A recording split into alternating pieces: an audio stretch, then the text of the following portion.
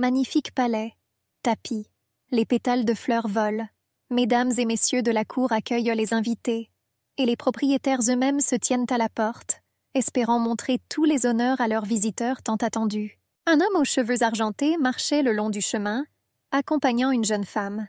La jeune fille portait une petite couronne et un voile transparent. Elle fut la première duchesse illégitime de leur royaume. L'homme a dit à la jeune fille qu'il trouvait ça vraiment drôle. La servante regardait derrière l'arbre. Elle est revenue parce que la fille lui avait déchiré l'ourlet. Mais maintenant, il était invisible et toujours aussi beau. C'était trop dur pour notre héroïne. Il lui semblait que tout allait s'effondrer. Elle a laissé sa mère dans cette pauvre cabane. Et se tournant mentalement vers sa famille, elle lui dit de l'attendre, promettant de venir la chercher. La jeune fille monta les marches du palais, mais mentalement, elle continuait à parler avec son bien-aimé. Le jeune homme regarda la jeune fille avec attention. Elle devint très timide sous son regard. Le gars lui tendit galamment la main. Ses cheveux ont été teints et ont repoussé assez rapidement. Maintenant, ils paraissaient argentés sur toute leur longueur. Et ses yeux bleus étaient très bien mis en valeur par une robe bleue chic. Et ses mains de rugueuses, calleuses et osseuses sont devenues lisses et soignées, ne comprenant rien de plus lourd qu'une fleur.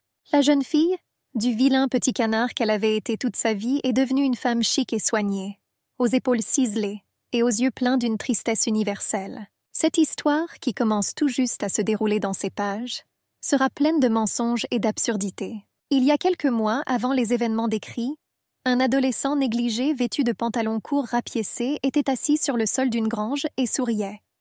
Et à côté de lui marchait un cochon heureux et bien nourri. Sa tête endormie pencha sur le côté, trouvant appui sur le cadre de la porte de la grange. La pelle pour le travail était à côté de lui. Et ailleurs, dans un autre royaume, une armure argentée et une cape militante ornaient un chevalier guerrier. Son épée droite et allongée ressemblait à celle qui incarne la foi d'un chevalier. « Hé !» L'adolescent frissonna et se réveilla, saisissant immédiatement une pelle pour nettoyer le fumier. L'homme portait des bidons de lait. Il ordonna que ce lait soit immédiatement apporté à la cuisine. L'adolescent a docilement quitté la pelle pour se lancer dans une nouvelle tâche. L'homme l'a poussé à avancer et lui a conseillé de ne pas s'attarder. L'enfant courait aussi vite qu'il pouvait, se dépêchant de livrer du lait fraîchement trait à la maison du maître. Le comte Romagnolo, avec qui ce garçon vivait et travaillait, était un aristocrate issu d'une famille respectée. La famille du comte était dotée d'un talent incroyable. Pour cette raison, ils ont tous excellé pendant longtemps dans la littérature, la musique et les arts martiaux. Tous ses ancêtres étaient célèbres dans le royaume pour leurs réalisations. Mais à l'époque de l'actuel Erato Romagnolo, une crise familiale surgit. On savait que sa femme lui avait donné 4 filles d'affilée, mais aucun fils aîné ne pouvait hériter du titre de chevalier. Par conséquent, le duc n'était pas satisfait de sa femme et de sa famille dans son ensemble. Il a opprimé sa femme pour cela, lui faisant porter son mécontentement. Après tout, un noble sans héritier n'était pas accepté dans la société. Seul un garçon peut hériter d'un rang noble et élevé. Le comte est parti tard quelque part sans dire un mot à sa femme. La femme devina où il allait, et elle se dit qu'elle ne se reposerait pas tant qu'elle n'aurait pas donné au comte un héritier. Et 2 ans plus tard, après la naissance de sa plus jeune fille, la comtesse donne naissance à l'héritier tant attendu. Cependant, cet événement n'a pas pu changer le décompte, qui était si obsédé par les femmes. La femme de ménage a réveillé l'adolescent la nuit. Elle lui a dit de se dépêcher, de se lever et d'aller dans le placard. Il frappait aux portes et frappait de toute leur force. L'enfant était assis, les oreilles et les yeux fermés, dans le coin du placard parmi les rares vêtements en mauvais état. C'est ce que sa mère lui disait toujours de faire quand il commençait à entrer par effraction la nuit. Quand le garçon ouvrit les oreilles au bout d'un moment, puis il entendit la voix d'un homme gronder sa mère avec de gros mots. Il a dit que lorsqu'elle faisait l'amour avec lui, elle se comportait très calmement et avec lenteur. L'adolescent en avait fait l'expérience plus d'une fois, étant dans le placard la nuit, et je me demandais si cela pouvait être considéré comme une relation physique entre un homme et une femme. Quand le bruit et les fracas dans la pièce se sont calmés, enhardi, il regarda par la fissure et vit un homme aux cheveux argentés partir. Mais le garçon ne savait pas qui était l'invité de sa mère, qui ne venait périodiquement la voir que la nuit. Et puis tout s'est passé selon un scénario similaire. L'enfant et la mère mangeaient peu. Sa mère a dit un jour que son père était un gitan errant, mais ils ne l'ont jamais revu. Mais la femme disait toujours qu'il était une très bonne personne. Un garçon mince, petit pour son âge et anguleux, prit une bouchée de pain dans un morceau entier.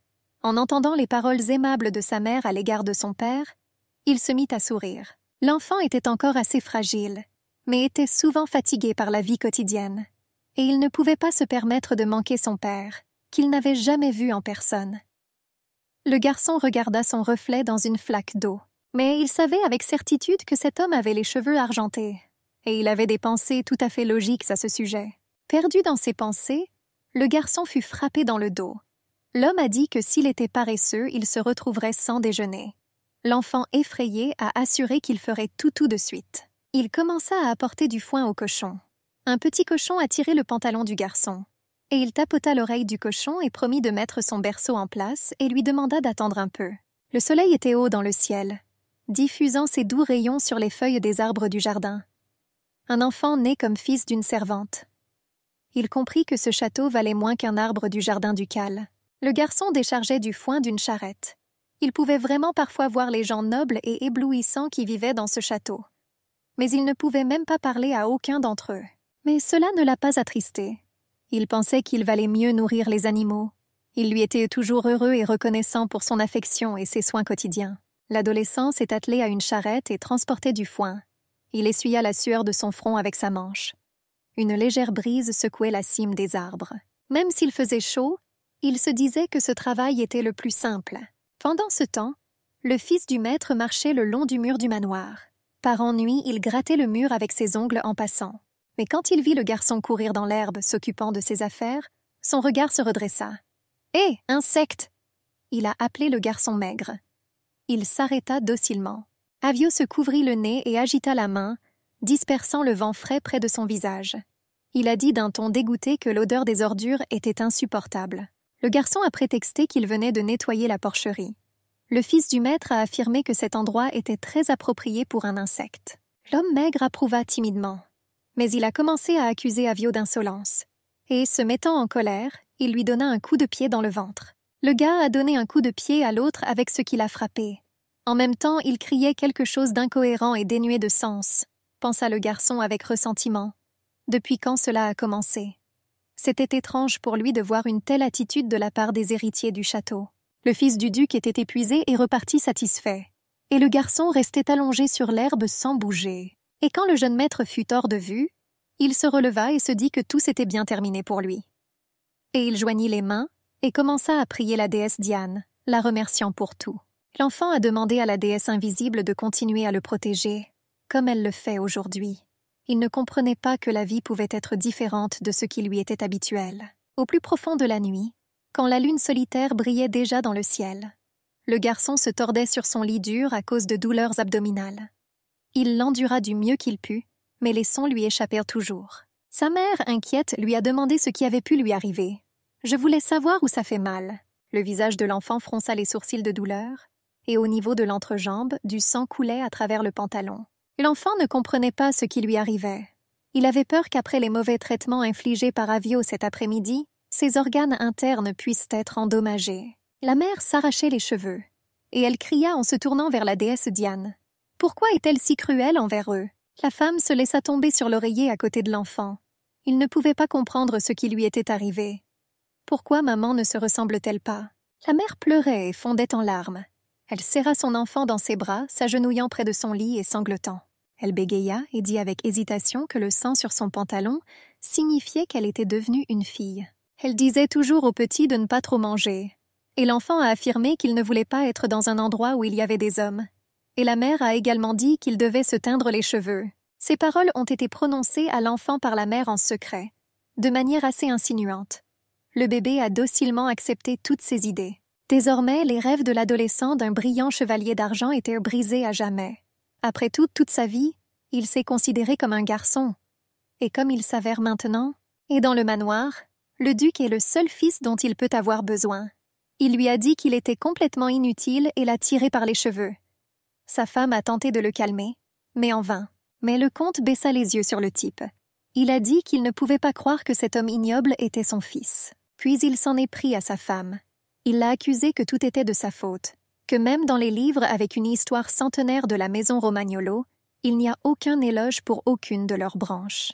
L'homme a continué à le frapper à la tête. Il le couvrit de ses mains du mieux qu'il put.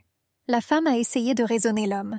Elle a fait valoir que s'il élevait correctement Avio, Il deviendrait certainement le meilleur fils. Mais l'homme fronça les sourcils en réponse. Il a demandé si sa femme pensait que ses méthodes étaient mauvaises. Elle comprit que la colère du comte allait maintenant s'abattre sur elle.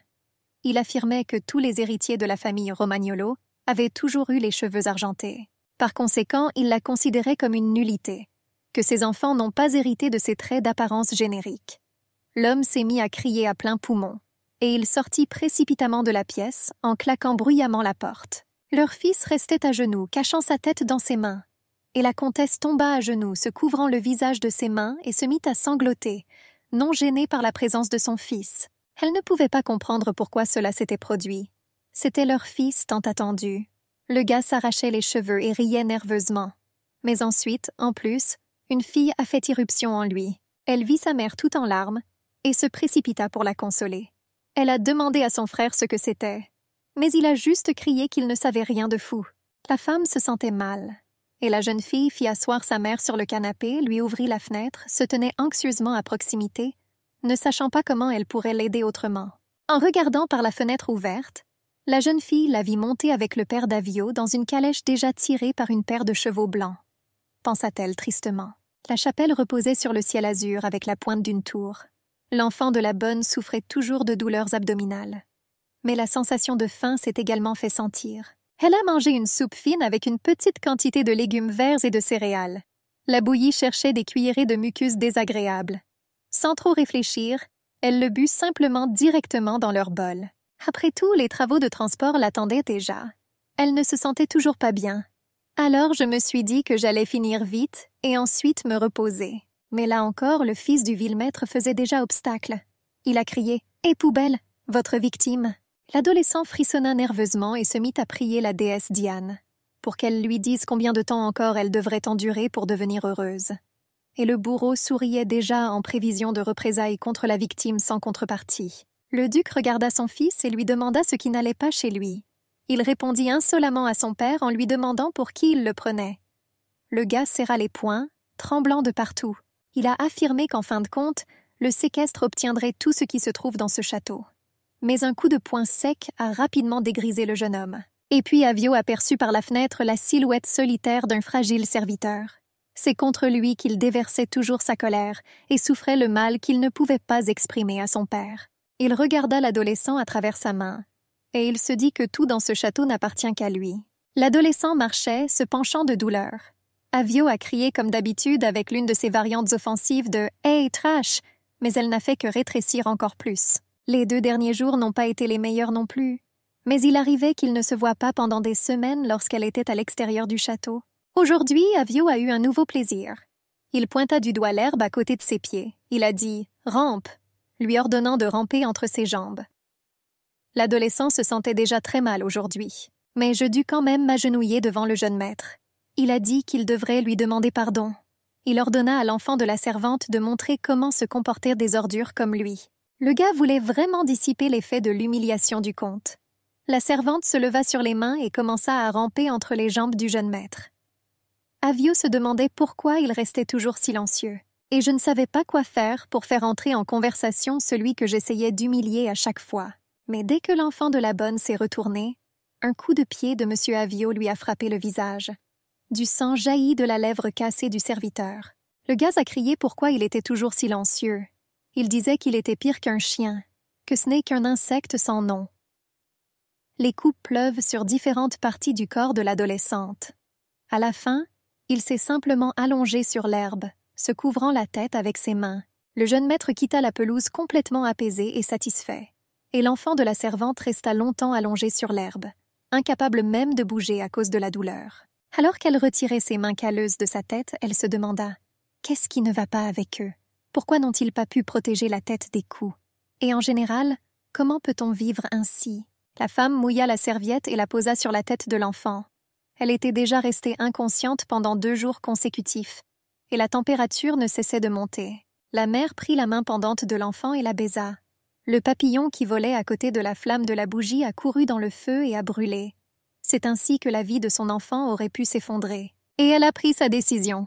Après tout, il n'y avait rien de pire pour elle que de perdre sa fille. Qu'elle l'a cachée ainsi toute sa vie au maître. La femme, reprenant courage, frappa à la porte. Le comte serra les poings de colère. La servante ouvrit la porte avec un grincement et entra. Le propriétaire a déclaré que sa comparution non autorisée était très rare. Il lui a dit d'entrer. Ses mains tremblaient. Les portes se refermèrent derrière elle avec un claquement. Elle lui a demandé qu'elle ferait tout elle-même. Elle l'a supplié de ne pas toucher sa fille. Que se passera-t-il à la place? Elle l'a persuadé d'arrêter. Mais il faisait tout comme il voulait. La jeune fille a vu une femme allongée sur le sol, et les portes de leur chambre étaient ouvertes, et elle ne comprenait pas ce qui lui arrivait. Elle a dit d'un ton délirant « Pas Réoni ». Ce mec était complètement nu au-dessus d'elle. Il sourit méchamment sans desserrer les dents. Elle ne pouvait pas comprendre ce qu'il lui faisait. Après cette nuit, l'homme aux cheveux gris lui rendait rarement visite. Et à la pleine lune, elle a avoué à sa mère ce qui s'était passé alors. Ils ont versé beaucoup de larmes ensemble. Elle comprenait parfaitement comment allait se dérouler le sort d'un enfant illégitime, avec celui d'une servante. Violence d'un aristocrate inconnu lors d'un bal. Et puis, l'accouchement. Elle tombait, son ventre lui battait, elle mourait de faim. La fille a essayé tout ce qu'elle pouvait. Mais même épuisée et affamée, son enfant n'a pas abandonné la vie qui était en elle. Et une nuit, au clair de lune, dans la grange sur le foin pour le bétail. Elle a donné naissance à Réoni. Sa mère a ensuite accouché et l'a lavé dans un baril d'eau. La femme a demandé à sa mère de lui dire qu'un garçon était né. Mais elle se contenta de secouer la tête d'un côté à l'autre. C'était tout. Après tout, le monsieur voulait tellement avoir un fils, même de n'importe quelle femme. Par conséquent, naître avec un statut inférieur était son destin. La femme a rapidement lavé les sols.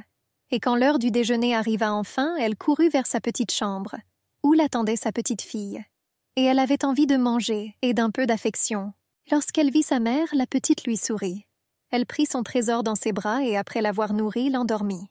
Et quand le bébé a grandi un peu, la nuit, la vieille mère aidait sa jeune fille à mettre son enfant au lit, voulant se reposer cette nuit-là. Grand-mère adorait le bébé. Et elle serra la vieille femme par le cou et s'endormit paisiblement jusqu'au matin. Mais un jour, ma grand-mère est décédée. Une femme et un enfant sont venus sur sa tombe près d'un arbre solitaire. Depuis, leur vie est devenue plus difficile. Il commença à pleuvoir et la femme partit, laissant seul le petit confus. Elle décide de jouer le rôle d'une mère qui ne s'intéresse pas à son propre enfant. Elle a décidé de le faire pour que, si nécessaire, il puisse grandir sans elle. Le bébé a suivi sa mère sur une courte distance, sans être à la traîne mais sans la rattraper. Il était impossible que sa fille comparaisse le même jour que sa mère elle-même. Le comte écoutait attentivement la servante, et il lui a demandé pourquoi, après de nombreuses années, elle avait décidé de tout lui dire. La femme a demandé à appeler un médecin pour Réoni. Elle a affirmé que l'enfant était malade et qu'il risquait de mourir s'il restait seul pendant une longue période sans lui apporter l'assistance appropriée. Le comte pensa qu'il n'avait jamais entendu parler de lui auparavant. Il a demandé s'il avait les cheveux argentés. La servante hocha la tête en réponse. Mais l'homme affirmait que s'il y avait quelqu'un comme ça dans son château, tout le monde le saurait. Ensuite, la femme de chambre a admis qu'elle se teignait les cheveux depuis son enfance depuis 17 ans. Le comte agrippa la rampe de la chaise sur laquelle il était assis. Et il a pensé que cette femme... Mais la servante l'a interrompu. Elle a crié que c'était son enfant. Il a souri et a dit « merveilleux » en réponse à elle. Le comte informa sa femme de la nouvelle inattendue. Et il a dit qu'il avait le plan parfait. Il ne pouvait pas croire qu'il avait un enfant hors mariage. Et il s'est avéré que la servante était capable de le cacher à tout le monde pendant tant d'années. Il sourit sarcastiquement et se frotta la barbe. Le comte promit à la femme qu'il inviterait des médecins. Et il se leva, précisant que leur conversation était terminée pour aujourd'hui. Les médecins sont rapidement arrivés pour aider l'adolescent. La femme était constamment de garde au chevet du lit, et la fille avait de la fièvre. Après le départ des spécialistes, l'enfant se sentait mieux. La température a baissé. Elle remua et ouvrit les yeux. La mère, de joie, serra la fille dans ses bras aussi fort qu'elle le pouvait. Elle était au 7e ciel. La fille était encore très faible, demandait-elle à sa mère par intermittence. Comment et pourquoi les médecins se sont retrouvés ici? Elle répondit en pleurant que pendant les 3 jours où le jeu dormait, elle restait à proximité. La femme était heureuse que son enfant se soit enfin réveillé. Mais la jeune fille comprit que quelque chose n'allait pas ici et répéta sa question sur les médecins. Après tout, seuls les aristocrates pouvaient se le permettre. Curieusement, la mère n'a jamais répondu à la question de sa fille. Et c'était vraiment étrange pour elle. Les médecins avaient fait leur travail, s'habillaient et disaient déjà au revoir à la femme, en souhaitant à la jeune fille un prompt rétablissement. Seulement 1 semaine plus tard, La jeune fille a été autorisée à se lever toute seule. La mère a aidé sa fille à mettre des vêtements propres. Elle a affirmé qu'elle pouvait désormais se déplacer seule. Mais la jeune fille était alarmée par les soins et l'affection inhabituelle et inattendue de sa mère. Mère a dit que la pierre avait été retirée de son cœur. Elle se dit qu'elle n'avait jamais connu un élan de tendresse maternelle, comme c'était le cas aujourd'hui. La femme serra les poings, les doigts entrelacés. La fille a demandé à sa mère, lui a demandé de lui répondre au moins quelque chose. La femme de chambre a soutenu qu'elle devait dire quelque chose à sa fille. Mais elle avait le sentiment que tout ce qu'elle dirait allait terroriser la jeune fille. Elle essaya de trouver les mots justes pour commencer. Elle dit qu'elle en savait tellement sur le comte qu'elle le haïssait de toute son âme. Que l'actuel chef de la famille Romagnolo était autrefois un homme merveilleux et respecté. Mais un jour, il s'est mis en colère contre une jeune femme et est devenu indifférent à son travail et à sa famille. Madame Romagnolo a trouvé le seul réconfort au milieu de toute la douleur, l'amour pour son fils. Et il semblait que le comte essayait de trouver une femme qui accepterait son grand amour et apprécierait ses punitions. La femme qui racontait cela prenait soin de sa fille. Méline Romagnolo était la seule 4e fille restante de la famille comtale. Na était faible et irritable. Je me plains toujours comme une petite fille. Pendant ce temps, la mère a mis du savon sur la tête de sa fille pour enlever la peinture et l'a enveloppée dans une serviette pour la faire sécher. La femme a dit qu'Avio Romagnolo était également difficile. Son égoïsme s'est manifesté dès la petite enfance. Par conséquent, absolument tout le monde, à l'exception des aristocrates, a été soumis à son traitement cruel. Beaucoup préféreraient l'affronter avec un fouet. La tête de la jeune fille tomba, mais elle avait déjà les cheveux argentés. Des gouttes d'eau en coulaient encore.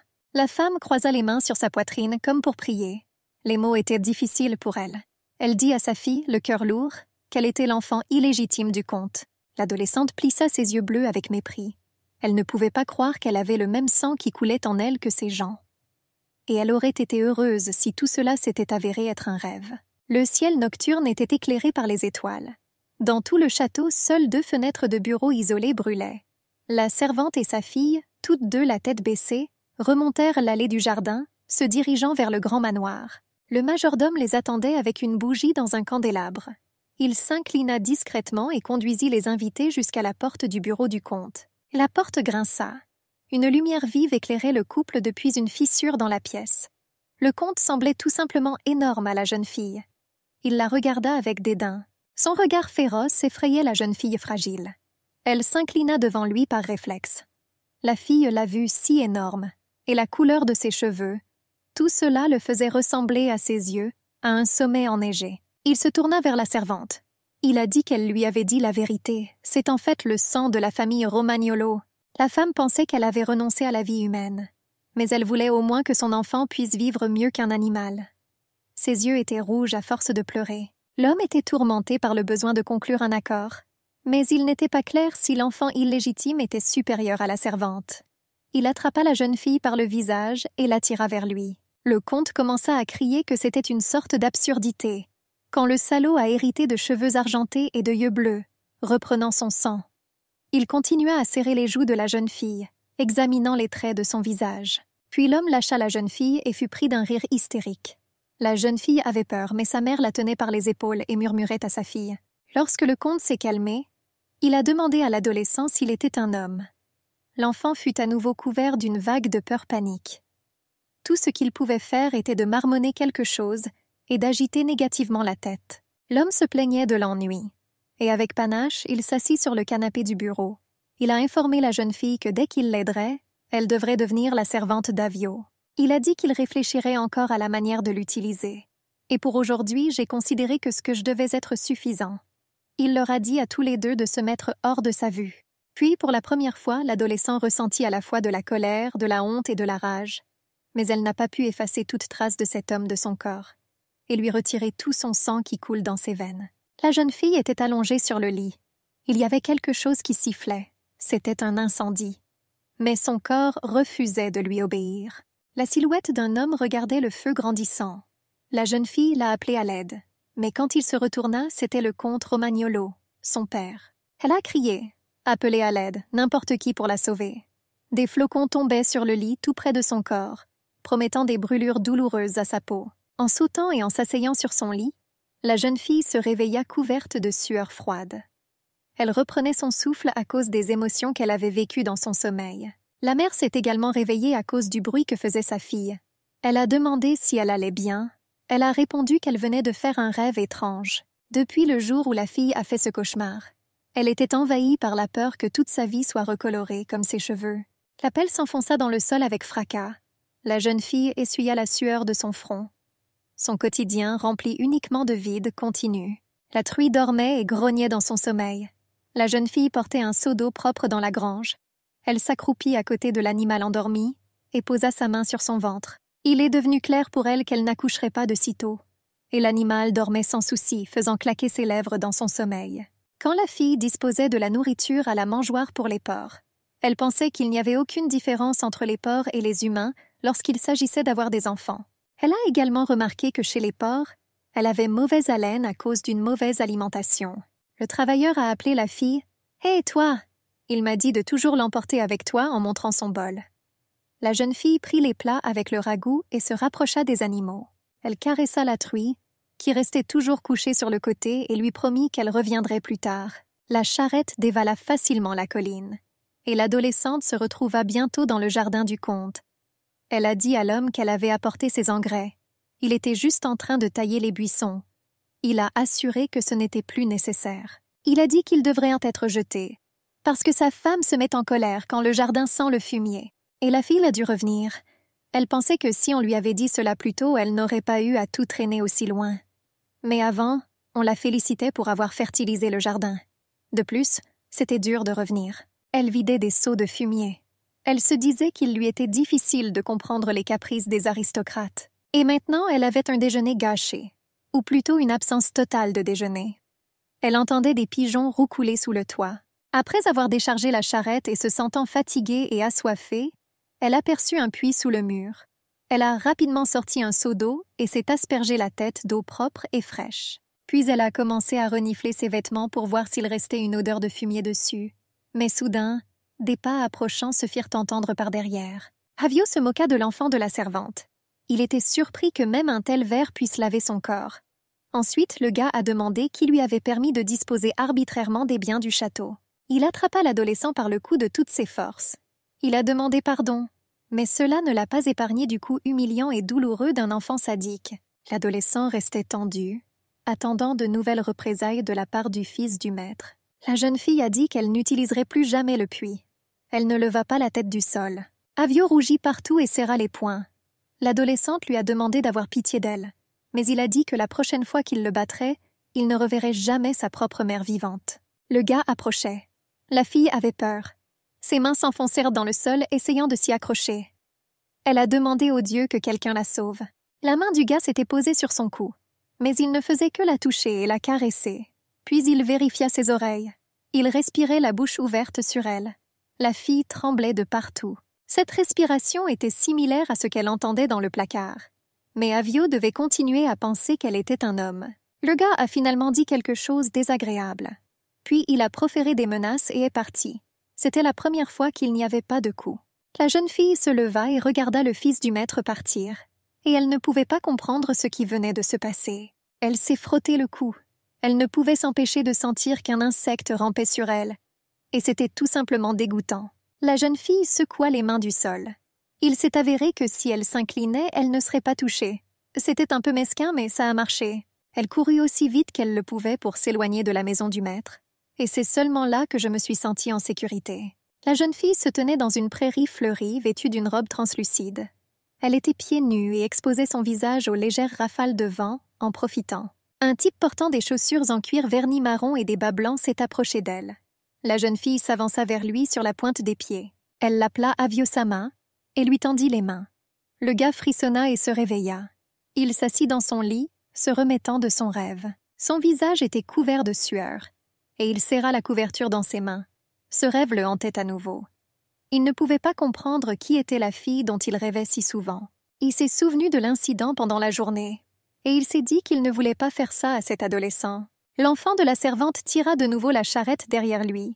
Et chemin faisant, je me suis dit de combien de chevaux et de moutons il lui fallait pour vérifier si tout était en place. Havio était assis et tremblait. Il savait que si le comte s'en apercevait, sa réputation tomberait. Il avait peur que son père le déteste parce qu'il était trop sensible. Le gars s'est levé pour respirer l'air frais de la nuit à la fenêtre. Il se rassura qu'il était le seul héritier du comte. Et à la fin, tout le château lui appartiendra à lui seul. Le gaz a dit que c'était déjà un grand honneur d'être remarqué personnellement par lui. Il regarda par la fenêtre ouverte, ouvrant les volets sur les côtés avec ses mains. Et il a dit que tout allait bien et que tout irait bien. La comtesse posa sur la table sa main couverte de bagues. Elle a dit ça, pas Mei-ling, quoi qu'il en coûte. Le comte lui-même ne comprenait pas pourquoi son Altesse faisait cela à leur famille. L'invasion qui visait les sols fertiles du royaume s'est terminée par le retrait des assaillants. Les deux camps ont subi de nombreuses pertes pour mettre fin aux choses. Et la naissance d'une nouvelle guerre n'était pas dans l'intérêt de chacun d'eux. Le duc Luca Murciani était le nom d'un héros célèbre. Pour être un homme sage et un guerrier courageux qui a combattu sur la ligne de front et qui a habilement insufflé confiance et courage à ceux qui l'ont suivi au combat. À tel point que seule une victoire complète semblait pouvoir les calmer. Commandant et orateur compétent, il était capable de mener des centaines de personnes à la victoire. En gagnant la confiance de son entourage, il devient le roi de la guerre, son moteur. C'est pourquoi il fut décidé de lui offrir une fille en guise de récompense supplémentaire pour ses services. Mais la duchesse entendit ce que disirent les gens, que ce héros était terriblement laid, et j'ai aimé nager dans le sang. De plus, il préférait la viande crue. En réalité, cette personne était un démon. Le duc a déclaré qu'il n'avait pas de temps à consacrer aux commérages et aux rumeurs.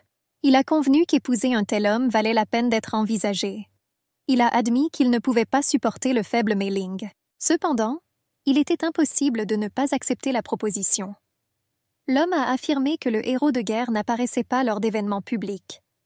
Et il ne montre pas le respect que l'on doit à sa famille. Le duc savait qu'il était un jeune homme audacieux. Ses mains tremblaient, tenant une tasse de thé. Il réfléchissait à la meilleure façon de procéder. En se souvenant du visage de cet adolescent, une idée lui est née. L'homme pensait que la solution était peut-être à portée de main. Il a appelé le majordome, et il lui a demandé de sortir et de récupérer l'enfant de Réonie.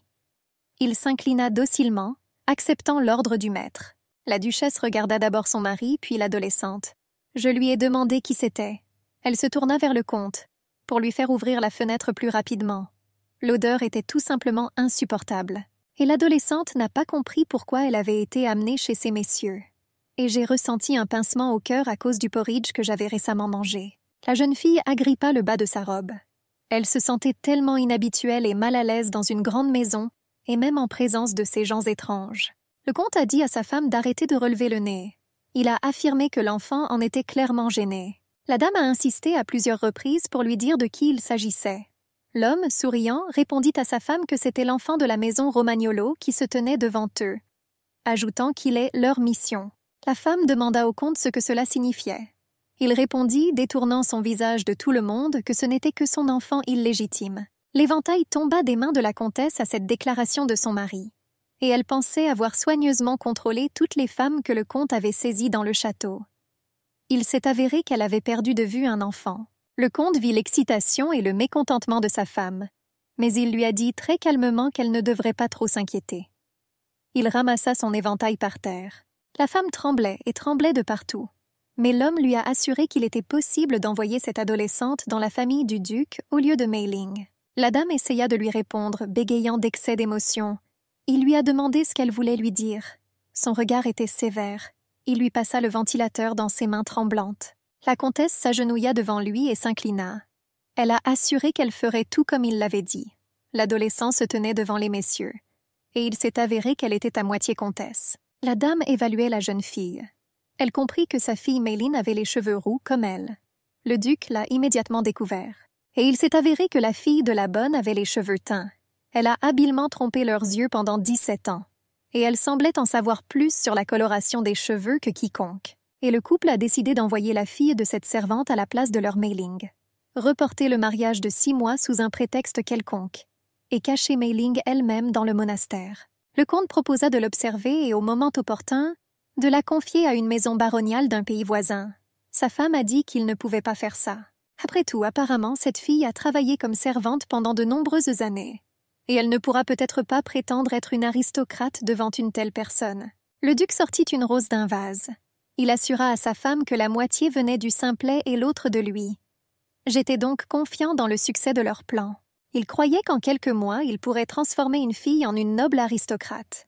Mais ensuite, leur raisonnement fut interrompu par un bruit de chute. Ils virent le sujet de leur conversation par terre, à genoux, face contre terre.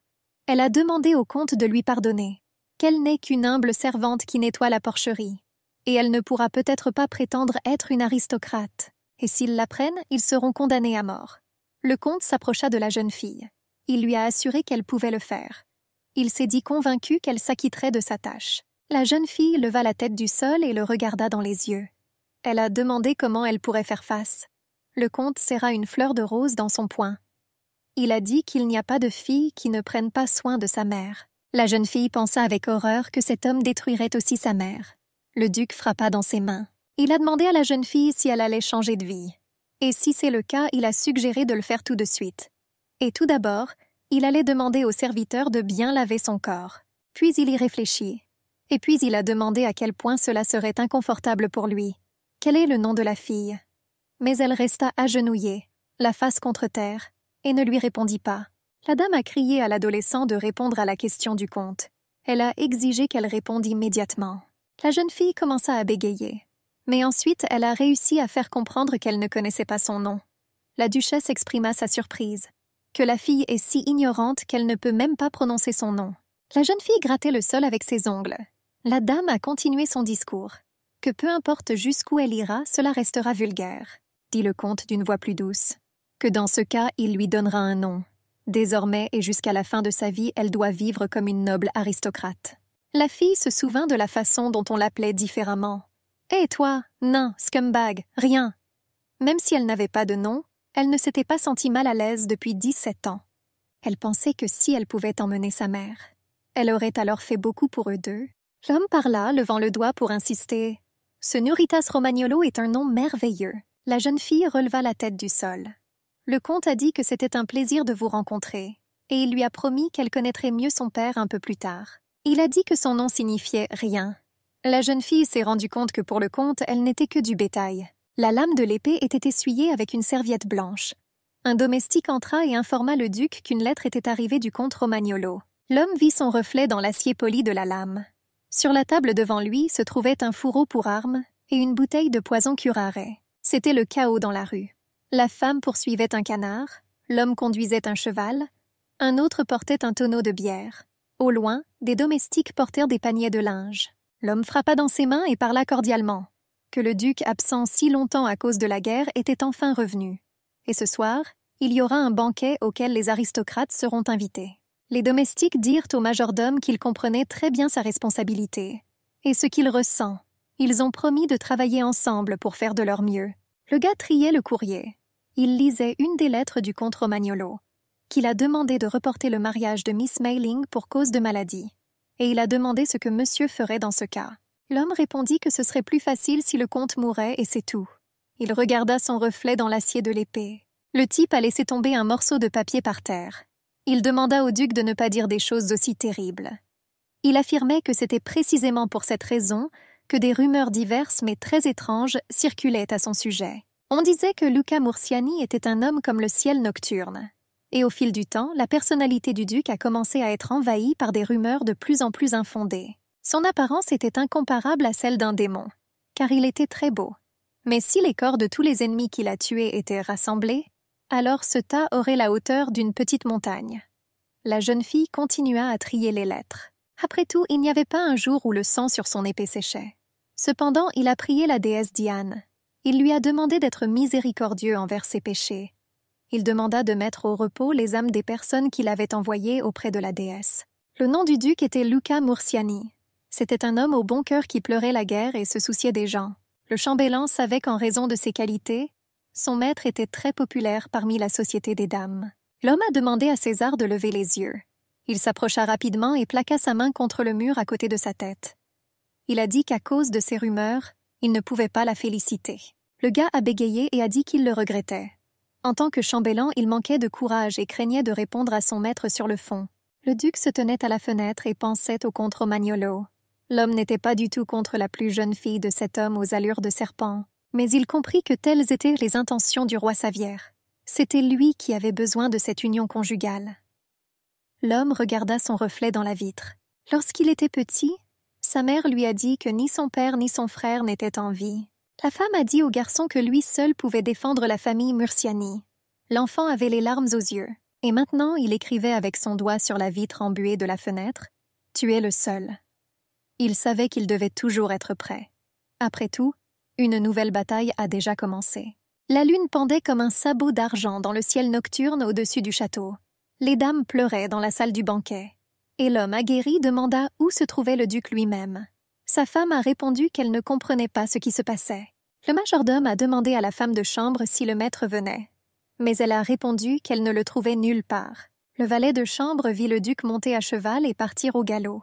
Elle le gronda après lui pour son impolitesse déjà habituelle. Le type à la fenêtre s'étira, redressant ses articulations raides. Il essaya de trouver une excuse plausible au maître, au majordome et à tous les nobles. Une jeune fille vêtue d'une robe ouverte se tenait devant un immense miroir. Certes, elle ne portait jamais de robe et ne savait pas comment s'y prendre. C'est pour cela qu'il tombait obstinément de son épaule. Elle essaya d'écarter les bras, mais c'était difficile. La robe tirait. Ce n'était certainement pas le moment de faire mauvaise figure. Elle avait l'impression qu'un rideau s'était enroulé autour d'elle. Nuritas se demandait si sa mère la reconnaîtrait si elle la voyait dans une telle robe et une telle coiffure. On frappa à sa porte. On dit que le comte voulait la voir. La jeune fille a continué à se tenir devant le miroir du vestiaire. Elle froissa l'ourlet de sa robe en allant saluer l'invité. Avio entra en se frottant les yeux. Il attrapa la main de la jeune fille et la reconnut. Il lui a crié pourquoi elle était dans le château. Et quel genre de robe s'est-elle mise? Et c'est seulement maintenant qu'il réalisa qu'elle était une fille. Et elle pensait avoir rencontré un homme qu'elle ne voulait pas voir. Et je ne pouvais pas m'en empêcher. La jeune fille échappa à son emprise de toutes ses forces. Puis elle fit la révérence et se présenta sous le nom de Nuritas. Nuritas Romagnolo, ajouta-t-elle avec une pause. Le gars avait le choc écrit sur tout son visage. Il s'est demandé pourquoi un tel bug porte ce nom. La jeune fille le regarda puis lui demanda pourquoi il ne comprenait pas cela. Et puis seul le gars a vu la similitude entre les yeux bleus de son père et de cette fille. Avio commença à se promener nerveusement dans la pièce et à répéter comment cela était possible. Il a crié dans toute la pièce. Ce qu'elle veut lui dire, c'est qu'il lui est lié par le même sang. Il lui a demandé de dire quelque chose en réponse, la traitant d'insecte. La jeune fille baissa les yeux, s'absentant de la pluie d'insultes qui pleuvait sur elle. Une dame avec une coiffure haute et strictement sombre est venue vers la jeune fille. Elle a dit à Nuritas qu'elle était ravie de la rencontrer. La dame a dit en souriant qu'elle était un mentor à qui on avait confié son éducation. Elle a dit que la fille pouvait l'appeler Madame Bovary. La jeune fille répondit brièvement « D'accord » et serra l'ourlet de sa robe. La dame remarqua à haute voix qu'il serait plus facile d'enseigner les bonnes manières à un animal que d'enseigner à cette fille. Et en même temps, elle plissa les yeux avec colère. Le fouet lui tomba sur le dos. La dame a dit à la jeune fille de le relire. Le dos de la jeune fille était déjà rayé lors de son entraînement. Nuritas serra furieusement les poings. Elle a continué à lire avec diligence, s'arrêtant légèrement. Les coups n'ont cessé de pleuvoir sur son dos. La jeune fille se demanda si ceux qui travaillent au château ne s'habituent pas au fouet et à la faim. Après tout, il fut un temps où les agriculteurs la grondaient pour sa lenteur et son retard. Mais c'était la vraie raison. Et le fouet de Madame Bovary était absolument impitoyable. Mais après que la jeune fille ait commencé à se faire passer pour une comtesse, quelque chose d'inattendu s'est produit. Le gars a appelé sa sœur en lui faisant joyeusement signe de la main. Avil caressa le garrot du cheval. Nuritas a dit que ce sont des animaux timides. Il leur a donc conseillé de ne pas faire de bruit devant eux. Et il s'est avéré que le gars s'est porté volontaire pour enseigner l'équitation à la fille. Il la souleva sur la selle et lui dit de croiser soigneusement les jambes. La jeune fille en robe longue se sentait extrêmement mal à l'aise à cheval, alors elle essaya de s'accrocher à sa crinière. Le visage de Nuritas est devenu rouge. Elle était un peu timide et continuait à se méfier du gars, malgré le fait qu'il s'est avéré être son demi-frère paternel. Lorsqu'elle montait à cheval, elle prenait les rênes dans ses mains et éprenait les flancs du cheval. Il s'enfuit comme un tourbillon, la légèreté du cavalier. Avio fut surpris par ce virage. Il a demandé à la jeune fille d'arrêter l'animal car elle ne savait pas encore trotter. Le cheval courait à toute vitesse. Nuritas lui a crié « Temps, stop !» Elle était fermement attachée aux rênes, ne comprenant pas leur but. La jeune fille pressa tout son corps contre l'animal. Quand elle leva la tête et regarda devant elle. Puis j'ai aperçu au loin l'endroit où j'avais vécu toutes mes années de vie. Ensuite, elle a caressé le cheval dans l'écurie. Aujourd'hui, c'était la première fois qu'il passait du temps en tant que vrai frère et petite sœur. La jeune fille ne comprenait pas pourquoi elle était considérée comme la plus jeune, car elle avait, comme son frère, 17 ans. Elle a sincèrement remercié le gars pour ses instructions. Il lui a demandé effrontément ce qu'elle pouvait lui offrir en retour. Sa main était levée avec un poing fermé. Puis il lui toucha l'oreille. Et je me suis demandé, pourquoi une personne de si basse naissance avait-elle une peau si délicate? La jeune fille avait un air choqué dans les yeux. Avio se moqua encore d'elle. Même alors, il avait déjà joué avec son visage et son corps. Apparemment, il a l'habitude de manipuler tout le monde. Qui que ce soit, seigneur, dame ou bâtard. Elle agrippa l'ourlet de sa robe avec horreur. À certains moments, elle n'avait pas le choix. Ensuite, elle retenait sa respiration et comptait les secondes dans sa tête. Elle ne comprenait pas pourquoi les aristocrates commettent des crimes. Nuritas a demandé au gars d'arrêter, lui rappelant que si elle se blessait, cela pourrait perturber les plans du comte. Elle a demandé à Avoua de s'arrêter. Il s'éloigna de la fille comme s'il était brûlé, et l'excès d'émotion contenue s'est transformé en tremblement avec les poings serrés. Le gars a commencé à crier qu'il ne se moquait pas d'elle, et s'étant un peu calmé, il lui dit de venir demain à la même heure. Il se tourna brusquement et sortit de l'écurie à grands pas, et la jeune fille, restée seule, sortit sur la véranda. Le soleil se couchait. Plusieurs dizaines de cochons erraient en liberté dans le pré. Le vent lui soufflait au visage et apportait des odeurs familières. Elle pensait à quel point les choses avaient changé dans sa vie. Elle pouvait désormais manger à sa faim. Elle vivait comme si elle avait attrapé la chance par la queue. Elle portait une robe chère, mais tout récemment elle nettoyait le fumier des porcs et leur caressait le visage. Et maintenant, étant dans le luxe, les cris des cochons lui manquaient. La jeune fille serra les dents de frustration et de mélancolie. Mais Nuritas entendit alors des pas derrière elle. Elle pensait que c'étaient des aristocrates et qu'elle risquait de ne pas se rétablir. L'homme marchait lentement. Mais sur fond de coucher de soleil, il aperçut une figure féminine solitaire et fragile. Quelque chose n'allait pas chez elle. On se rapproche, mais pas très près. L'homme souhaita bonsoir à la dame et la salua. Elle le regarda avec méfiance par-dessus son épaule. L'homme a précisé qu'il s'agissait probablement de leur première rencontre, et la jeune fille pensait que c'était, en principe, sa première conversation avec un inconnu. Nuritas a demandé qui il était. Mais ensuite elle s'arrêta net, se souvenant des instructions du professeur. Après tout, il n'était pas habituel pour les aristocrates de parler à des étrangers. L'homme, ayant repris ses esprits, lui demanda pardon. J'ai prétendu qu'il s'appelait Lou, et il ôta son chapeau en guise de salutation. Il dit qu'il se rendait au château lorsqu'il apprit qu'il y avait du travail là-bas, et il s'est avéré que je me suis perdue en chemin. La jeune fille regarda attentivement sa nouvelle connaissance. Il n'était vraiment pas différent des hommes travaillant au château. Mais quelque chose n'allait pas chez lui, et elle souhaitait résoudre ce problème. L'homme a soutenu que lorsque quelqu'un se présente à vous, il serait poli de répondre par la vôtre. La fille a commencé à se rappeler ce qui était nécessaire là-bas. « Je m'appelle May. » Elle s'inclina en faisant une révérence. Mais ensuite elle pensa que si elle épousait le duc, elle devrait vivre comme Mei Ling toute sa vie jusqu'à sa mort. Et elle a décidé cela puisqu'elle ne reverrait plus jamais cette personne. On pouvait se permettre de se présenter par son nom au moins une fois. Elle s'est tenue devant l'étranger et a souri doucement et a dit « Nuritas ». Il hocha légèrement la tête en réponse. Il a dit que découvrir le nom d'une si belle dame était une véritable chance. Et l'homme pensa que cela ressemblait plus à un pseudonyme qu'au nom d'une fille noble. Il a dit cela même s'ils étaient très proches du château. Mais c'était étrange pour lui de voir un aristocrate se promener dans un pâturage de bétail. La plus jeune fille du comte devait avoir 19 ans, mais cette fille paraissait avoir au plus 12 ans. Il a supposé que la jeune fille pouvait être une invitée séjournant dans la maison du comte, mais il trouvait qu'elle était encore trop maigre. L'homme a déclaré à voix haute qu'ils avaient apparemment déjà embauché un nouveau nettoyeur de porcherie. La jeune fille confirma qu'il était effectivement un peu en retard, et elle a continué à surveiller les animaux. Le sang monta au visage de la jeune fille et elle rougit. Le vent soufflait sur son visage venant de la direction des animaux, et cela ne la dérangeait pas du tout. L'homme continuait d'être surpris. Devant lui se trouvait la fille d'aristocrate qui aimait les cochons. En tout cas, il était fier d'être beau. Il faisait bien frais là-bas, et c'est ici que ce sont les cochons qui l'intéressèrent le moins. Une autre rafale de vent arracha le chapeau de la tête de l'homme.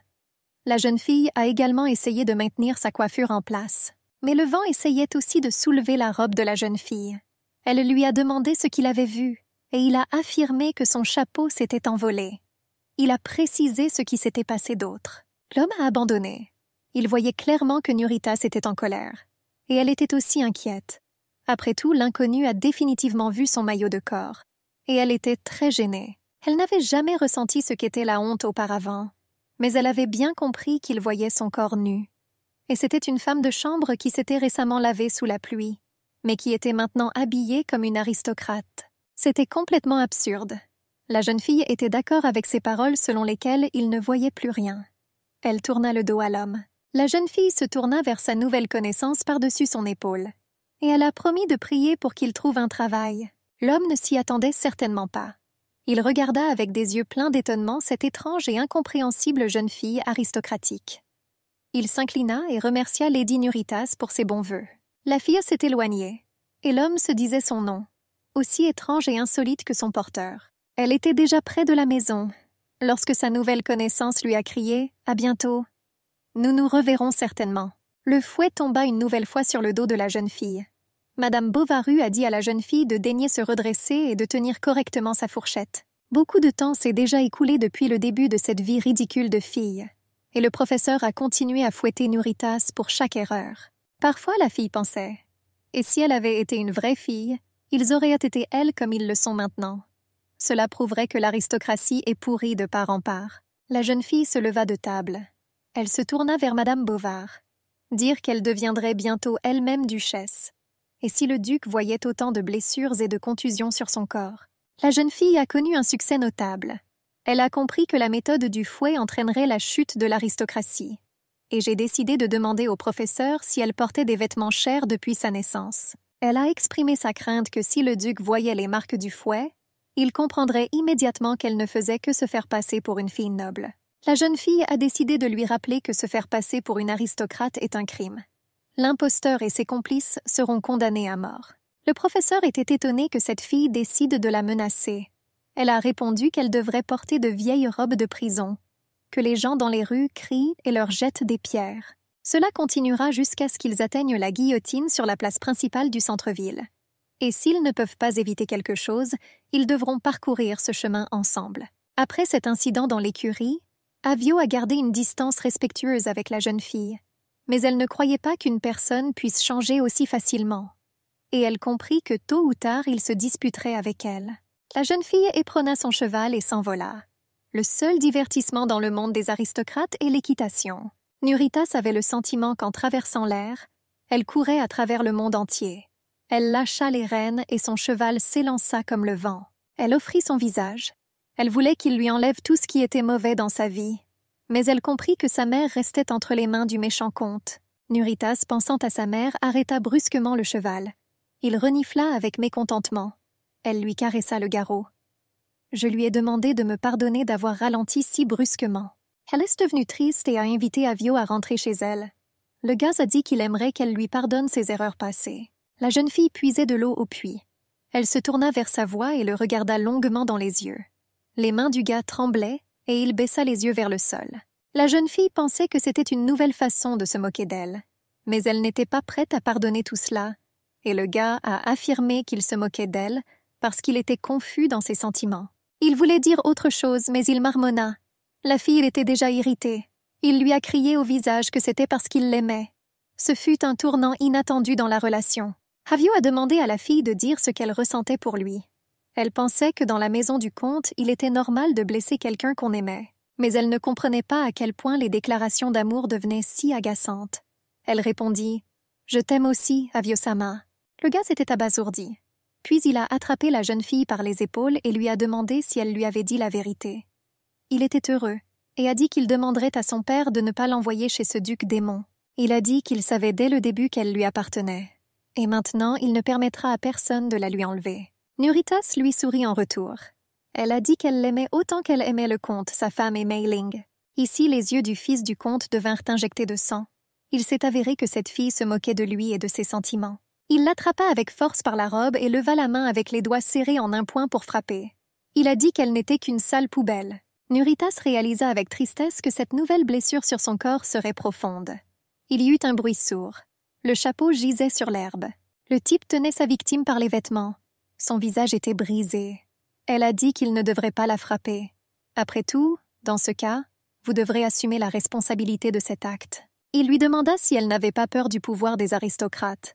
La jeune fille a affirmé qu'elle irait toujours chez le duc au lieu de Mei Ling, même si elle mourrait. Elle a dit à Avio que c'était comme ça qu'elle était, et elle lui a demandé s'il trouvait cela effrayant. La lune brillait dans le ciel nocturne, se cachant parfois timidement derrière les nuages qui passaient. La petite fille a demandé d'arrêter. Ses jambes traînaient mollement sur le sol. La main du gars tirait la tresse de l'enfant. Elle a dit qu'il était déjà très tard, et elle marmonna autre chose. Son visage était couvert de larmes. Le gars a jeté l'enfant contre le meuble. Je lui ai crié de se taire. Il a dit que tout ce qu'elle avait à faire était de se taire et d'endurer, comme si elle était un insecte. Les portes se sont ouvertes. La femme de chambre a appelé madame à dîner. La jeune fille se leva et regarda par la fenêtre. Elle se tourna un peu vers la bonne et lui dit qu'elle était en route. Nuritas parcourut le couloir, accompagnée d'une femme de chambre. Le majordome lui ouvrit les portes. La table était déjà mise dans la salle à manger. La famille du comte était déjà assise au grand nombre. La jeune fille leur souhaita poliment bonsoir. Le comte avait l'air sombre. La jeune fille a demandé pardon pour son retard. La servante l'aida à s'asseoir à table. Le comte, sa femme et leurs enfants joignirent les mains en prière. Le chef de famille a prononcé les paroles de prière en s'adressant à la déesse Diane. Nuritas en avait assez des fausses paroles de la prière de son père. Elle vit que les tables des aristocrates étaient remplies de nombreux plats délicieux, et personne ne pouvait tout manger en une seule soirée. Et les restes et la vaisselle intacte étaient jetés. Mais une fois, elle a rêvé d'au moins un morceau de viande, et maintenant de la vapeur sortait de sa délicieuse nourriture dans la cuillère. La jeune fille pensait que sa mère aurait du porridge vide pour le dîner aujourd'hui. Elle porta à sa bouche une cuillerée de viande fraîche. La sœur demande à la plus jeune pourquoi elle ne mange pas. Elle était surprise que leur nourriture ne soit pas à son goût. Elle a affirmé avec moquerie que la jeune fille avait l'habitude de dîner dans une porcherie. Ainsi, dans l'enceinte du domaine, un morceau ne lui descendrait peut-être pas dans la gorge. Dans ce cas, elle lui a permis d'essayer de manger avec ses mains. La comtesse a demandé à son mari. Est-il obligatoire de faire asseoir cette fille à la même table que la famille du comte? Sa fille l'a soutenue. Elle a dit qu'elle serait très heureuse de manger un morceau de pain juste dans sa chambre. Elle a dit que le petit déjeuner et le déjeuner étaient déjà assez copieux.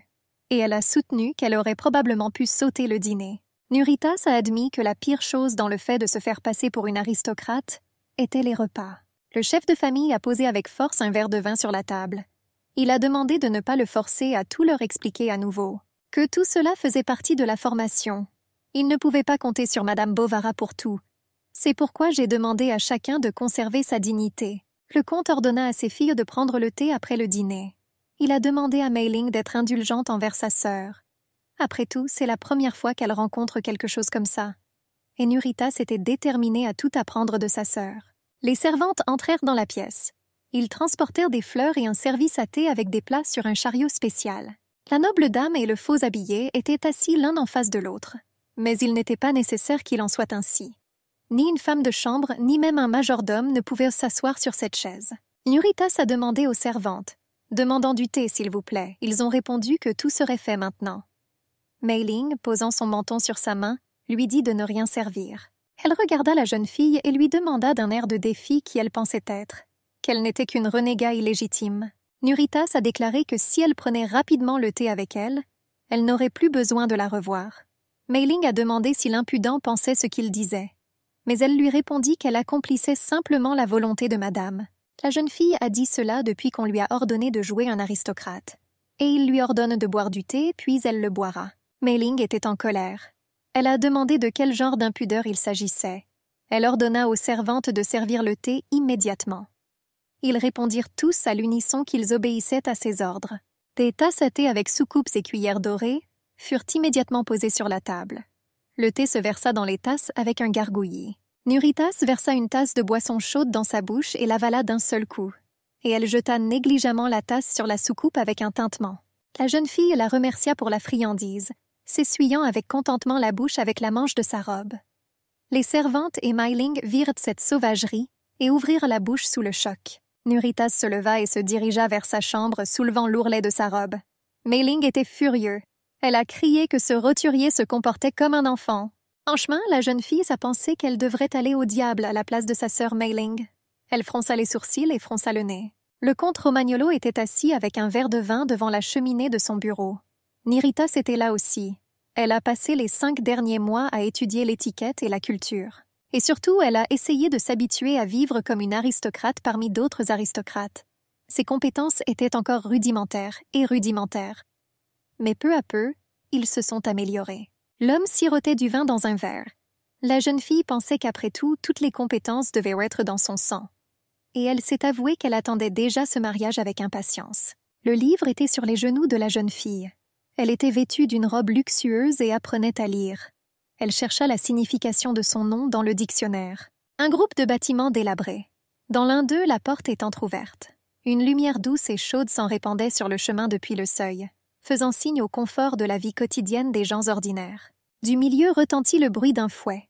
La femme lui a demandé de lui pardonner. Elle était allongée sur le sol, face contre terre. Un autre lui a furieusement fouetté le dos nu avec un fouet. La comtesse se tenait au-dessus de la paysanne et essayait de la frapper à nouveau d'un autre coup cruel. Elle l'accusait d'avoir séduit le comte avec son corps sale. Et de nouveau le fouet siffla et tomba sur le dos de la femme. Et les deux servantes qui accompagnaient la maîtresse se tenaient sous la porte entr'ouverte et étaient témoins involontairement de la cruauté avec laquelle une personne vivante était maintenant battue. Et la femme a demandé de ne punir qu'elle. Elle a supplié la comtesse en larmes de ne pas offenser et de pardonner à sa fille. Et encore une fois, le fouet était déjà en l'air. La comtesse se demandait si sa déception disparaîtrait si elle cassait la poitrine de la servante. Sa grossesse avec Avio a été très difficile. En raison d'une grave faiblesse, elle était littéralement clouée au lit. Divers médecins munis de médicaments s'affairaient autour d'elle. Et pendant l'accouchement, il y avait des saignements si abondants que la femme était longtemps au bord de la mort. Et ce n'est qu'après 100 jours de traitement qu'elle a pu pour la première fois tenir son enfant dans ses bras. Mais ensuite, l'homme qu'elle aimait en écrasa un autre sous lui. Elle se souvenait du jeune âge où il lui avait juré son amour jusqu'à son dernier souffle, comme elle était un peu gênée par lui, se couvrant de son éventail. Et dans le belvédère du parc, il lui a proposé le mariage et elle lui a donné son accord. Et maintenant, elle ne pouvait même pas imaginer combien de fois il avait séduit d'autres femmes et l'avait trompée. Elle s'est toujours rassurée en sachant qu'elle restait la seule mère de ses enfants, et c'est ainsi qu'elle a enduré en silence une telle humiliation. Mais maintenant, ce monstre mince aux yeux bleus et aux cheveux argentés est apparu. Elle a crié comme une folle et a furieusement donné des coups de pied à la femme sur tout ce qu'elle frappait. Et seul le fatigué quitta cette chambre de service minable et misérable. Le coucher du soleil commençait à écarlate les nuages du ciel. Nuritas regarda prudemment par la porte. Elle pensait que personne ne serait au courant de sa promenade non autorisée si elle revenait avant le dîner. Ses chaussures claquaient sur les carreaux de l'allée du jardin. La jeune fille courut rapidement pour faire ce qu'elle avait prévu. Elle serrait contre elle un sac en lin. Elle y a mis du pain et des fruits secs à l'avance. Elle et sa mère n'avaient jamais mangé quelque chose de pareil auparavant. La jeune fille se précipita comme le vent vers sa chère mère. Elle savait que ce pain restait frais longtemps. Elle était sûre qu'elle devait l'aimer. Nuritas gravit la colline à bout de souffle. J'ai vu ma propre maison et des poules marchaient à proximité. Elle s'arrêta pour reprendre son souffle. Mais ensuite, elle fut alarmée par le fait que la porte de la maison était ouverte. La jeune fille réalisa qu'il n'y avait rien de spécial à leur voler. Et pourtant, ils fermaient toujours les portes, ne serait-ce que contre le froid et les animaux errants. Elle a regardé attentivement et a appelé sa mère. Mais ce qu'elle voyait à l'intérieur l'horrifiait. Elle jeta le sac sur le seuil et se précipita vers sa mère. Son parent était allongé sur le lit, les yeux fermés, gémissant et toussant. Il y avait des bleus et du sang séché sur son visage. La jeune fille commença à laver soigneusement ses blessures avec une serviette imbibée d'eau. Ses mains tremblaient, elle avait peur de blesser sa mère. Elle-même a versé des larmes amères, craignant de perdre sa seule âme. Elle ne comprenait pas quel crime sa mère avait pu commettre. La jeune fille s'est rincée et a essoré l'eau du tissu pour continuer à soigner les blessures. Sa mère lui a dit que tout cela ne servait à rien, et elle n'a pas assez d'argent pour payer son traitement. Et même si vous trouvez de l'argent, aucun des médecins n'acceptera de soigner la femme de chambre. Nuritas savait probablement qui avait pu faire ça à sa mère. Elle n'a même pas pris la peine de lui demander. Et elle ne pouvait pas blâmer cette femme. La jeune fille tenait la main de sa mère. Elle a tout dit en enfer. Et elle a pleuré de façon hystérique, réalisant qu'elle ne pouvait pas aider. Elle ne pouvait même pas protéger sa mère. On lui a donné un nom. Mais elle n'avait aucune importance, pas besoin, aucune valeur, aucune capacité à décider ou à planifier quoi que ce soit. Nuritas était assise sur le lit à côté de sa mère. Il y avait des objets brisés et éparpillés sur le sol et des traces de sang étaient visibles. Elle a compris qu'elle ne valait rien dans ce monde. De nombreux chariots chargés de nourriture franchissaient les portes du château. Une douzaine d'hommes déchargeaient les charrettes. Nuritas regardait par la fenêtre l'agitation en contrebas. Elle a été surprise de voir tout ce qu'ils avaient apporté de la famille Mursiani. Apparemment, il existait une tradition dans le royaume, selon laquelle le marié envoyait des cadeaux à la mariée avant le mariage. Elle se tenait devant la fenêtre ouverte, et elle pensait qu'elle allait vraiment se marier bientôt. Mais ce n'était qu'un remplacement, et elle n'est pas censée vouloir ou ressentir quoi que ce soit. Et elle posa les mains sur le rebord de la fenêtre. Cette nuit où sa mère gisait couverte de sang, gelée, Nuritas vint voir le comte pour le prier d'appeler un médecin pour elle. Son père l'écouta et alla à sa rencontre. Bientôt, un spécialiste s'occupa déjà de la femme. Il a dit que le patient pouvait encore être aidé, et le comte tenait la main de sa mère. Mais il a promis de prendre soin de sa mère, seulement si la jeune fille pouvait entrer dans la famille Mursiani. Elle accepta alors en serrant les dents. Après tout, elle n'avait pas le choix. Après tout, si elle ne peut pas jouer son rôle comme prévu, la vie de sa mère pourrait être écourtée. Et le comte lui fit une promesse très évasive. La jeune fille a fermé la fenêtre avec un loquet. Dans cette maison, les messieurs ne savaient pas ce que signifiait naître pauvre. Nuritas n'était plus le même qu'il y a 6 mois. Son rêve est de devenir un jour chevalier et de mener une vie tranquille avec sa mère quelque part au loin. Ses rêves étaient enfouis pour toujours dans le sol dur et gelé. La jeune fille a vu dans le reflet de la vitre comment Avio a fait irruption dans la pièce. Il pouvait à peine bouger ses pieds et s'accrochait aux meubles à proximité. Et dans ses mains se trouvait une bouteille de vin inachevée. Nuritas se couvrit instinctivement le ventre avec ses mains, mais d'une voix ferme, elle lui demanda en quoi elle pourrait lui être utile. Le type avait la main sur la porte. Il lui demanda, en désignant la fenêtre, si elle avait vu ce qui s'y passait. La jeune fille resta silencieuse. Le fils du duc commença à se mettre en colère. Il lui demanda avec irritation si elle aimait les cadeaux du duc. Et veut-elle vraiment faire partie de cet homme? Nuritas réalisa que son frère avait bu plus d'une bouteille de vin pour arriver à cet état. Il a continué à dire cela une fois qu'elle a dit qu'elle l'aimait et a commencé à tirer ses mains vers elle. Une bouteille de vin est tombée et s'est répandue sur le sol de la pièce. Le gars a commencé à attraper et à serrer la fille dans ses bras. Nuritas ne pouvait pas supporter ça. Elle avait l'impression qu'elle allait vomir. Avio lui a léché le cou et le décolleté découvert par sa robe. En même temps, il lui a adressé des mots d'amour. Mais cela semblait si dégoûtant et vulgaire que la jeune fille aurait préféré entendre des mots de haine. Elle retira ses mains d'elle, et elle a dit qu'elle épouserait le duc pour le bien-être de sa famille. Et elle lui rappela les paroles du comte. Le gars a commencé à marteler. Il a crié qu'elle allait entrer dans cette maison à la place de sa sœur. Il lui attrapa la tête et commença à s'arracher les cheveux. Il a dit que quand elle partirait, que devra-t-il faire? Nuritas ne pouvait plus regarder ce cirque. Elle préférait donc regarder le paysage à travers la fenêtre. Cela a rendu le gars furieux. Il lui a crié de ne regarder que lui. Avio s'est enfui aussi soudainement qu'il était apparu. Claqué la porte au lieu de dire au revoir. La fille lui a dit après lui qu'il était fou. Nuritas tirait sur la corde avec la cloche comme elle en avait l'habitude depuis un certain temps déjà. Bientôt, la femme de chambre entra, faisant grincer la porte, prête à recevoir les commandes. La jeune fille s'est tournée vers Sophia pour lui demander de lui préparer un bain. La servante lui répondit de manière standard et polie, avec des mots d'humilité pour répondre à la demande de sa maîtresse. Et elle commença à défaire le corset de la robe de la jeune fille. Bientôt, Nuritas se retrouva nue près du bain d'eau chaude. Ses cheveux étaient teints de la même couleur que ceux de Mei Ling. Elle se tenait devant le miroir, se couvrait d'une serviette et s'examinait d'un œil critique dans le reflet. Elle était si maigre qu'elle ressemblait à une planche. Et maintenant, ses seins sont devenus plus ronds. La jeune fille était assise dans la baignoire et de la vapeur en sortait. Elle frotta avec force, grattant presque le corps avec le linge blanc.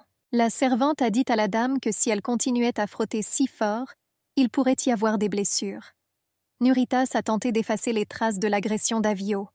Je voulais qu'il disparaisse pour toujours. La servante montra un petit podium et demanda à rester là.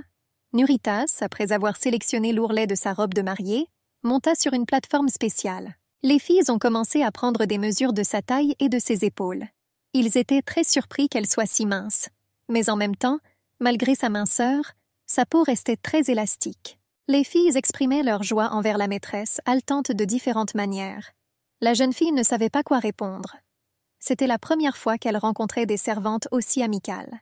Une femme de chambre a complimenté ses cheveux roux flamboyants, et elle a dit qu'ils semblaient encore plus brillants lorsqu'elle avait enfilé sa robe de mariée. Nuritas était triste. Elle comprit que le jour approchait où elle devrait partir d'ici et laisser sa mère seule. Elle n'était pas sûre que le comte tiendrait sa promesse. Et elle ne savait pas si elle pouvait faire autre chose. Les servantes se chuchotaient. L'une a dit à l'autre qu'elle souhaitait savoir si la mariée était inquiète. Elle a répondu qu'elle était probablement inquiète. La troisième parla alors qu'elle cousait des bijoux sur sa robe.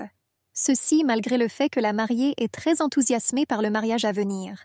Un seul regard sur une telle beauté suffit à vous faire tomber follement amoureux. Nuritas se dit que si elle était à la place de la comtesse, elle fuirait probablement l'excitation. Mais elle n'était qu'une remplaçante. Elle réalisa qu'elle ne pouvait même pas bouger face à l'horreur imminente. Il lui sembla qu'elle ferait un pas et qu'une créature terrible et mortelle apparaîtrait de dessous le sol. Mais elle s'est dit qu'il ne fallait pas pleurer pour ne pas tacher ses robes. Et elle renifla, se retenant. La robe avait les motifs les plus recherchés.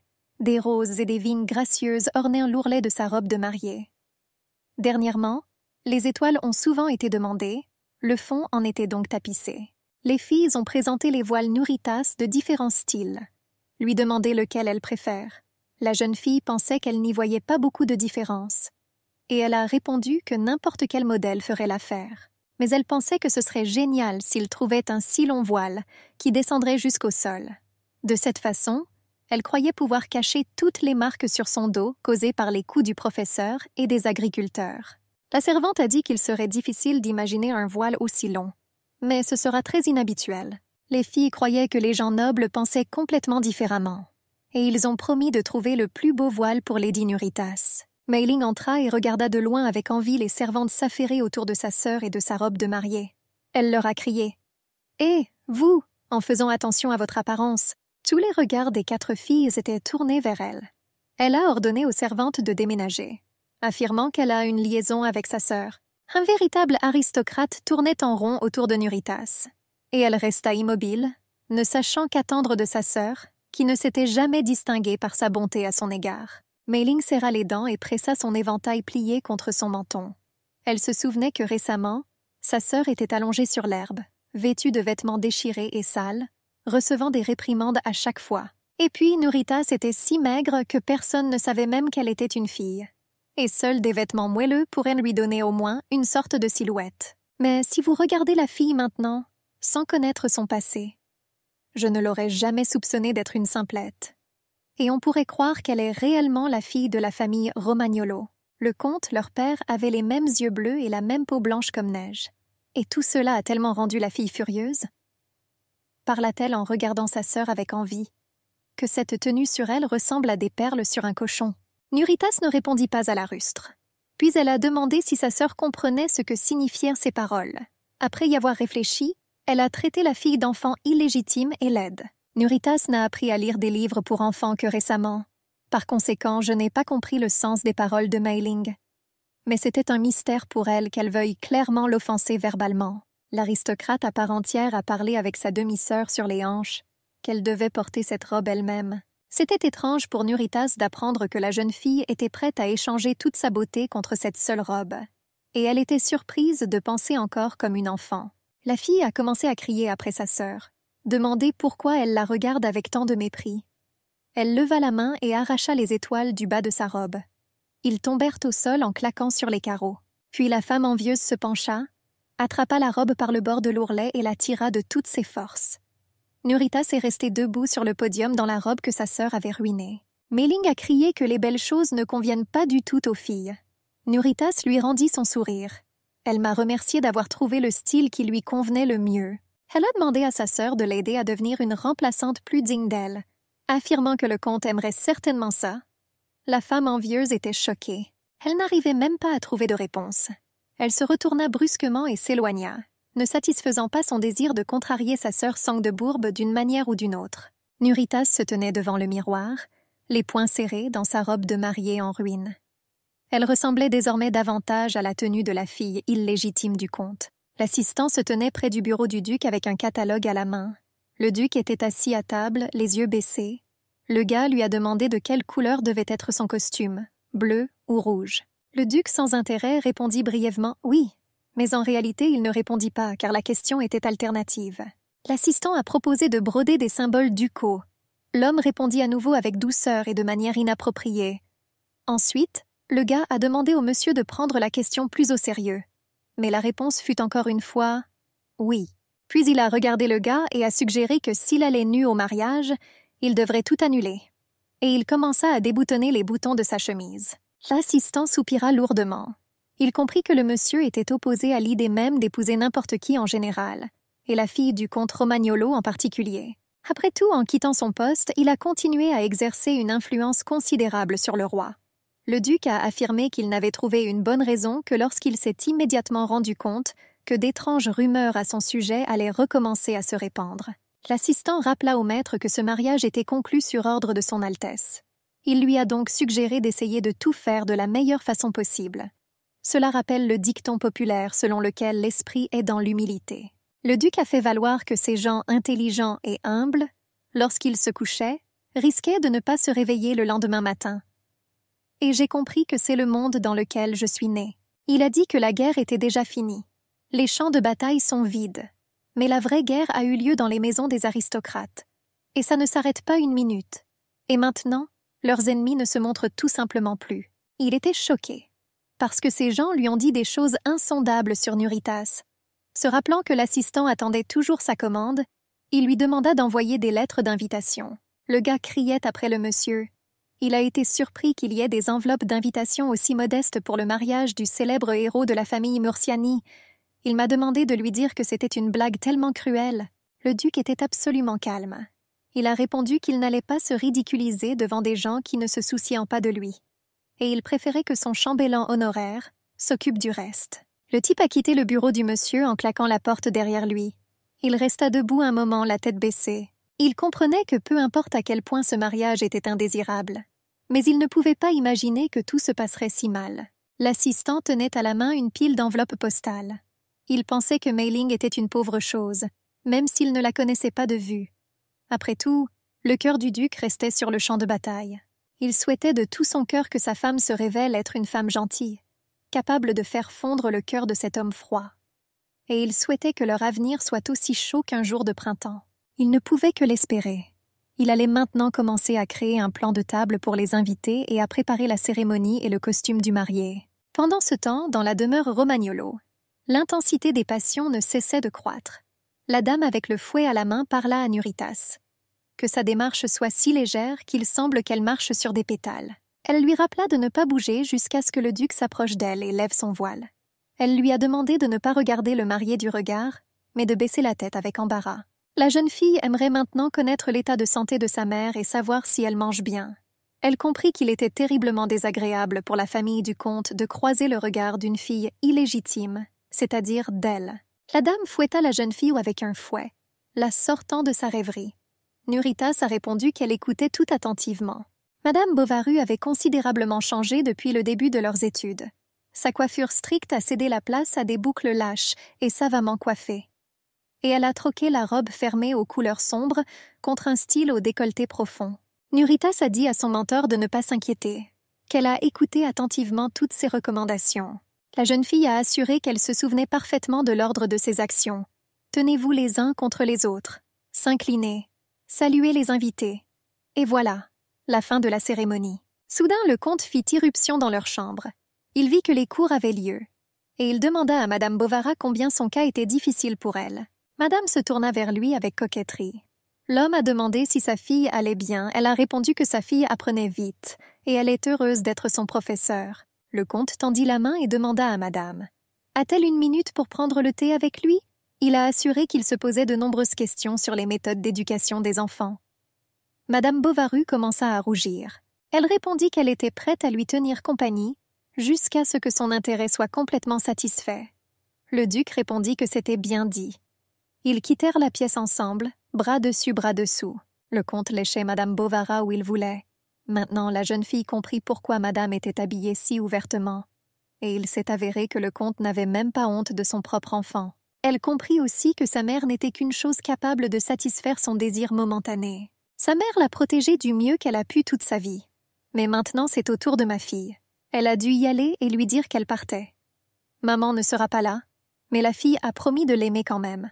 La duchesse a dit à Mei Ling qu'elle ne pouvait pas assister au mariage. Elle a contredit et supplié du mieux qu'elle pouvait, lui assurant qu'elle souhaite jeter au moins un regard sur le duc, qu'elle a failli épouser. La jeune fille a assuré à sa mère qu'elle rentrerait chez elle immédiatement après la cérémonie. Elle a dit qu'elle ne pourrait pas se reposer jusqu'à ce qu'elle voie cette fille illégitime fondre en larmes de peur juste devant ce diable. Mère était contre une telle idée. Elle a affirmé que le comte ne lui pardonnerait pas une telle liberté s'il la prenait. Mais sa fille lui a assuré que tout irait bien. Elle allait faire semblant d'être une femme de chambre. La duchesse leur suggéra de faire comme si cette conversation n'avait pas eu lieu du tout. La jeune fille était heureuse que sa mère ne lui ait pas interdit, mais ait tout laissé à ses risques et périls. La mère avait pitié de son enfant. Après tout, elle était destinée à quitter son foyer et à aller très loin. Dieu était déjà injuste envers elle. Et puis, il y a cette vile servante avec son dégénéré.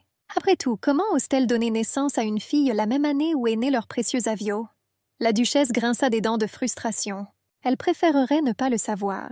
La jeune fille était inquiète et a demandé à sa mère si elle se sentait bien en la regardant dans les yeux. La femme se tenait la tête. Mais elle a dit à sa fille qu'elle allait bien. Elle a appelé sa fille avec divers mots affectueux, une enfant brillante. La comtesse caressa la joue de sa fille avec sa main. Elle a dit que ce n'était pas elle et elle qui devaient verser ses larmes, que ces larmes sont destinées à des femmes complètement différentes.